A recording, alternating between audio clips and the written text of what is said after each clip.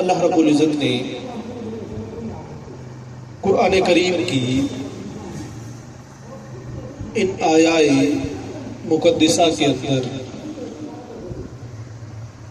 انسان کی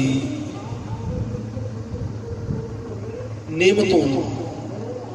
کے بارے میں اور نعمتوں سے فائدہ حاصل کرنے کے بارے میں جچے تلے الفاظ کے اندر بیان فرمایا۔ اللہ رب العزت نے ارشاد فرمایا، بسم اللہ الرحمن الرحیم، الہاکم التکاثر، تمہیں غافل کر رکھا ہے کثرت کے ساتھ چیزوں کے جمع کرنے میں،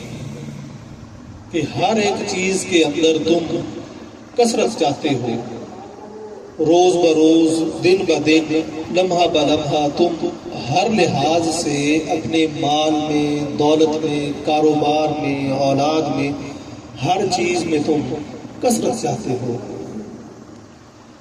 حتی زرتم المقابر، اسی تگ و دو کے اندر، اسی ہوس کے اندر، اسی مال کو جمع کرنے کی کثرت کے ساتھ جو لگن ہے، اس میں ساری زندگی گزارتے گزارتے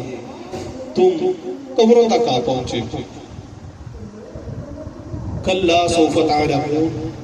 ہاں تم جلد اپنی اس محنت کا انجام جان لو گے، کہ جو تم محنت کوشش کرتے رہے ہو اس کا انجام تمہیں قریب پتہ چل جائے گا۔ ثم کلا سوف تعلمون، پھر ہاں تمہیں اپنی کوششوں کا انجام جلد ہی معلوم ہو جائے گا، کہ جو تم نے کوشش کی ہے، محنت کی ہے، جس کام کے اندر تم نے اپنی زندگی بسر کی ہے، اس کا نتیجہ تمہیں پتہ چل جائے گا۔ اللہ رب العزت نے قرآن کریم میں دوسری جگہ پہ ارشاد فرمایا ہے کہ وہ لوگ جنہوں نے اپنی زندگی دنیاوی کوششوں کے اندر ضائع کر دی، کہ الذین ضل سعیہم فی الحیات الدنیا، کہ جنہوں نے دنیاوی زندگی کو بہتر بنانے کے لیے اپنی ساری کی ساری زندگی ضائع کر دی، خراب کر دی، اللہ رب العزت فرماتا ہے کہ قیامت والے دن میں انہیں فراموش کر دوں گا، بلا دوں گا۔ وہ کہیں گے کہ باری تعالیٰ یہ کیا ہے،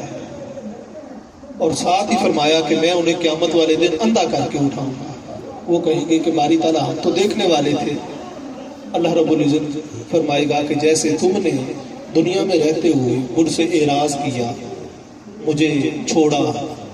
اور دنیاوی تگ و دو میں لگے رہے، آج میں نے تمہیں بھلا دیا ہے، جس طرح سے تم نے چھوڑے رکھا ہے، آج میں بھی تمہیں تمہارے حال پہ چھوڑ رہا ہوں۔ اللہ رب العزت نے آگے ارشاد فرمایا،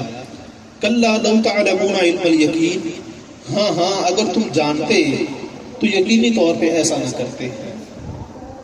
اگر تم اس دنیاوی کوششوں کا انجام جانتے ہوتے تو پھر تم یقینی طور پہ کبھی بھی اپنی ساری زندگی ان دنیاوی معاملات کے اندر بسر نہ کرتے۔ لَتَرَوُنَّ الْجَحِيمَ، تم اپنے سامنے دوزخ کو دیکھ رہے ہوگے، کہ جب تم دنیا میں دنیاوی کوششیں کر کے اپنی زندگی گزار کے چلے جاؤ گے تو وہاں پہ پھر تمہارے سامنے دوزخ ہوگی، اور تم اپنی کوششوں کا انجام دوزخ کی صورت میں دیکھ رہے ہوگے۔ لَتَرَوُنَّهَا عَيْنَ الْيَقِينِ، تم اس دوزخ کو یقیناً آنکھ سے دیکھو گے، ظاہری آنکھ سے تمہیں دکھایا جائے گا کہ یہ وہ انجام ہے تمہاری کوششوں کا جو تم دنیا میں کرتے رہے۔ ثُمَّ لَتُسْأَلُنَّ يَوْمَئِذٍ عَنِ النَّعِيمِ، پھر اللہ رب العزت تم سے تمہاری جملہ نعمتوں کے بارے میں سوال کرے گا، کہ میں نے تمہیں کیا کیا عطا کیا، تو نے اس کے بدلے مجھے کیا دیا، مجھے اس کا تو نے بدلہ کیا دیا، میرے ساتھ تو نے تجارت کس چیز کی،